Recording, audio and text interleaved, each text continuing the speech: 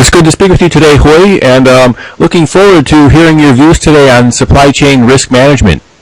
And before we start, can you provide a brief background of yourself? Sure. So nice to talk to you, Dustin. It's a pleasure for me. So I'm a professional with 20 years experience in management and directory positions in big companies in Europe, Brazil, and US. And also I work with training as a consultant trainer and training manager for some German consultant, big German consultant companies. Okay. So my first question regarding risk management, can you talk about what is the usual process of risk assessment? Sure. So thinking about the timeline, so first, usually we start with planning and evaluating the role, the complete suppliers that we have in the net of suppliers that we have. So classifying those suppliers in regular suppliers, preferred suppliers, and also the partners. So doing that, we can prioritize better the way we are going to organize the assessments. And another important point in the planning phase is also to train the risk assessment team, to organize a team and to have people with different abilities, different skills to add value to the process. After that, after having the map of the work, a very important point is to when we are going to start, or what is the trigger for the process to start. So one important point is that we can have a regular schedule for the assessment for sure, but we can also have a trigger like a natural disaster or an environmental issue, a poor performance of a supplier, or also an ethical issue. So for Embraer, for example, I made this process in India, and we lived there for 1 month evaluating Indian companies. And it was very important to first, for sure, evaluate the supply chain aspects of the risk. So like possibilities of shortages in the tier 1 and the tier 2 and 3, and the possibilities that we can have some stops in our production line regarding to that, related to shortage of raw materials for the supplier and so on. Another very important aspects of the risk assessment is also to evaluate the financial stability, the ethical points, so the level of employees that they have and those kind of things. The environmental points and how is the satisfaction of the employees and things like that. So all this range of aspects of the company we have to evaluate, but for sure putting more focus in the supply chain shortage risks that we can have. And after that, I think it's very important also to have the one important point is to know what we are going to do with the data that we get from those reports.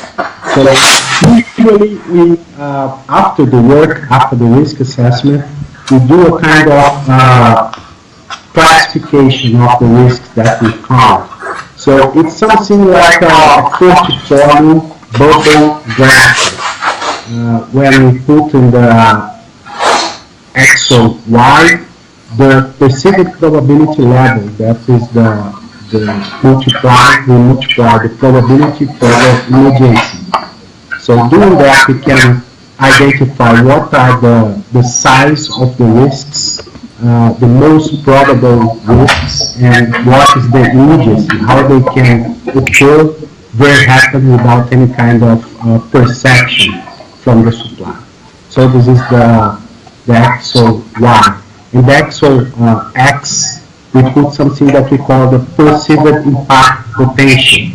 So what's the severity impact, what can happen with the plant, and what's the damage that it can cause, and also the reputation impact. So what a company like Embraer, for example, here in Brazil, what a company in Germany like Agico, for example, that is a truck manufacturer, can have the impact in his image related to that. So multiplying those two aspects, we have the axle X, and bubble graphic can show us how can we prioritize the actions after the risk assessment took place.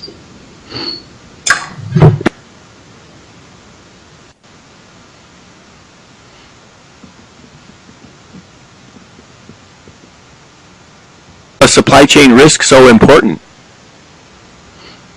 Yes, I think this is the most important part of the risk assessment, is to find what are the supply chain risks. So what are the risks of shortage, for example. So usually we not only visit the tier 1, but we also visit the tier 2 and 3.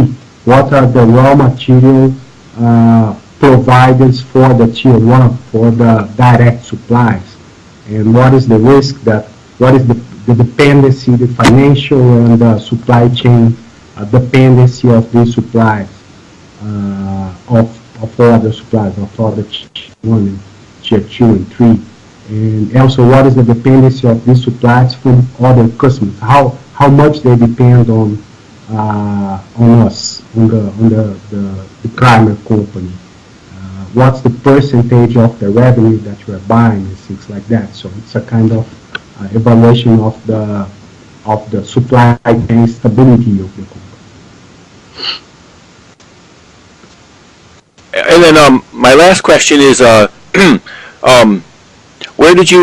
have you applied this and had success? Well, I applied it very much for Embraer. So Embraer takes care of their image too much, because we are one of the only aircraft companies in the world that never had a fall of aircraft. So it's very important for us, and we depend a lot on parts and pieces from other countries to do not stop the line. So it's a critical point. And I also trained some companies. I made some trainings for companies like Agico, companies like Blues, that are typical German companies, and on behalf of one of the big 4 consultant companies. And I realized that those companies are very worried about their risks, not only natural disasters, but also now recently the supply chain risks, so the stop lines, and they're putting a lot of effort and a lot of money to reduce those risks. Yeah, thanks for sharing today on the topic of supply chain risk management. Thank you, Dustin, for the invite, and it was a pleasure for me. Great, thank you. Much.